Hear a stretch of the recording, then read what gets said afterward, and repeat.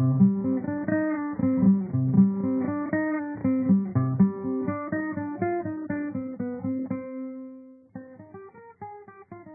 podcast assignment was to be my favorite work of art. Well, you might as well ask me to pick my favorite star amongst the heavens. For it is then my heart is helplessly lost in their beauty, and my soul longs to follow each light. Marcus Aurelius once said, "Dwell on the beauty of life, watch the stars, and see yourself running with them." Hard as it may be, I shall single out one lucky star, the Pieta, by Michelangelo.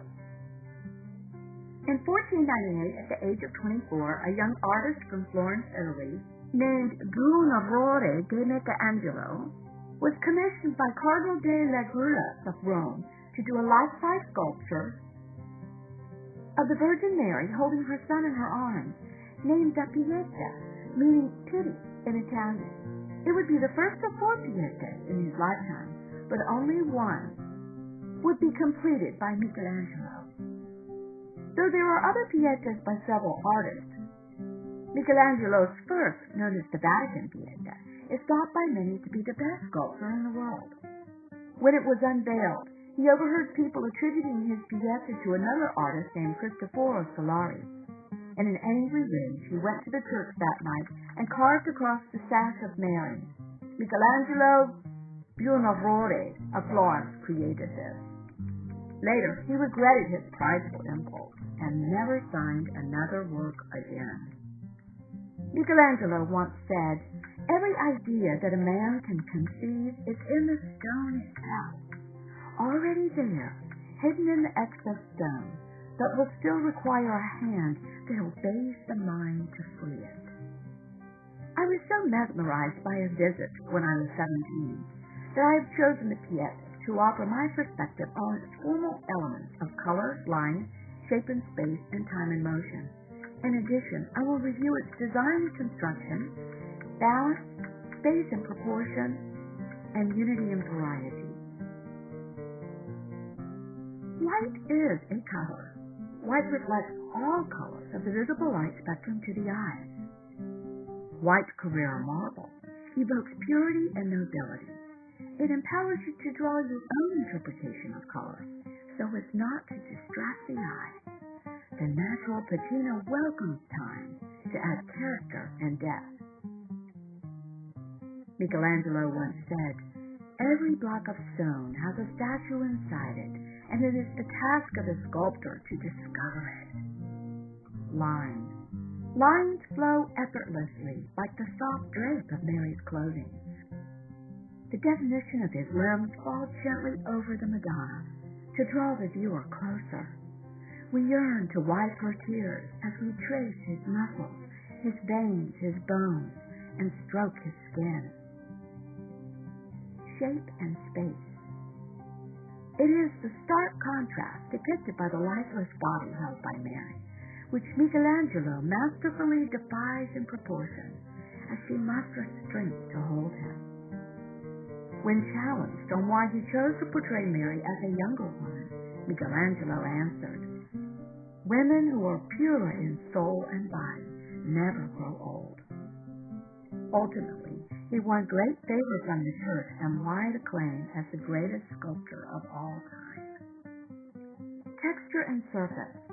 It is the masterful hand of Michelangelo that transforms the cool, hard marble into delicate virgin skin so soft and pure. Seemingly so warm and inviting, it makes one ache to touch it. Her draping falls so softly to contrast with the hard rock that she sits upon. Time and motion. Time and motion is embodied as the cycle of life, as Mary holds the dead Christ, just as she once did as a babe. Michelangelo denies the aging of time as he sculpts the Virgin Mother pure and untainted. And to that which no mother hopes to experience, she loses a child through death before her own time. It is not only a cycle of life, but also the circle of life that gives us hope and promise.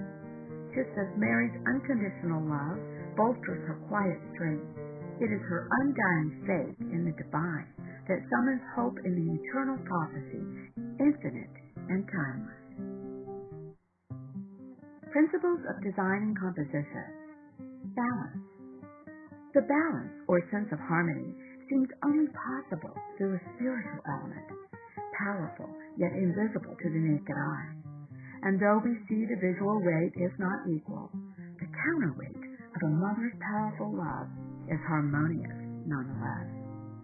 Our mind ponders briefly how Mary's petite body carries her heavy burden, but we remain distracted and in awe.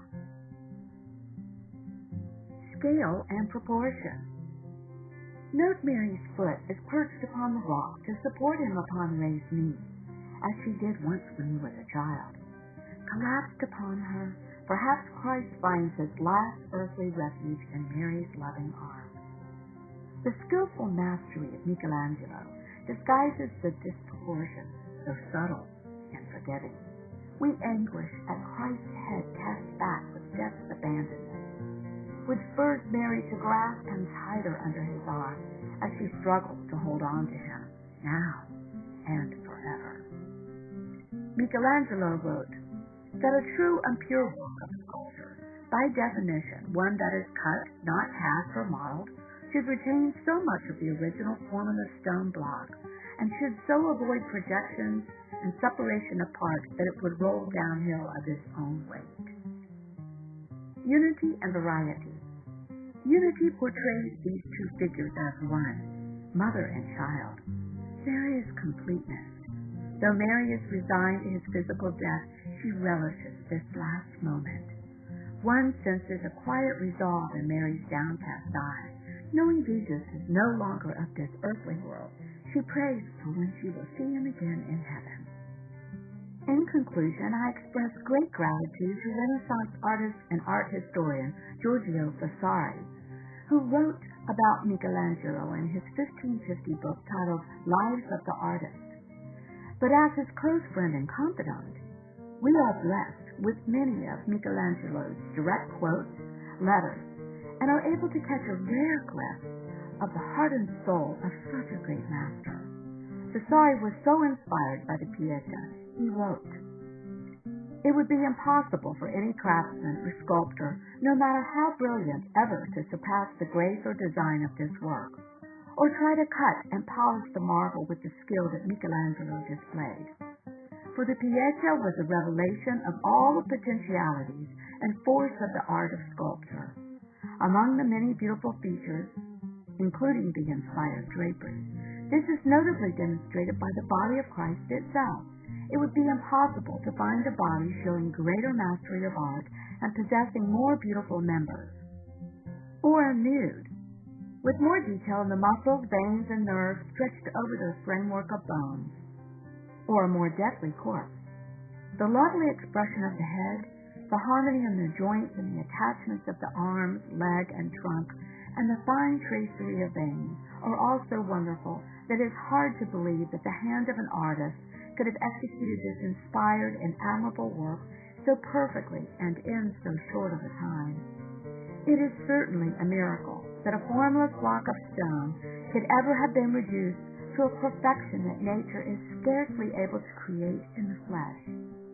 Giorgio Vasari, Lives of the Artist, first published 1550, second edition, 1558. And so it was Giorgio Vasari who wrote, "Michelangelo Buonarroti was born under a lucky star.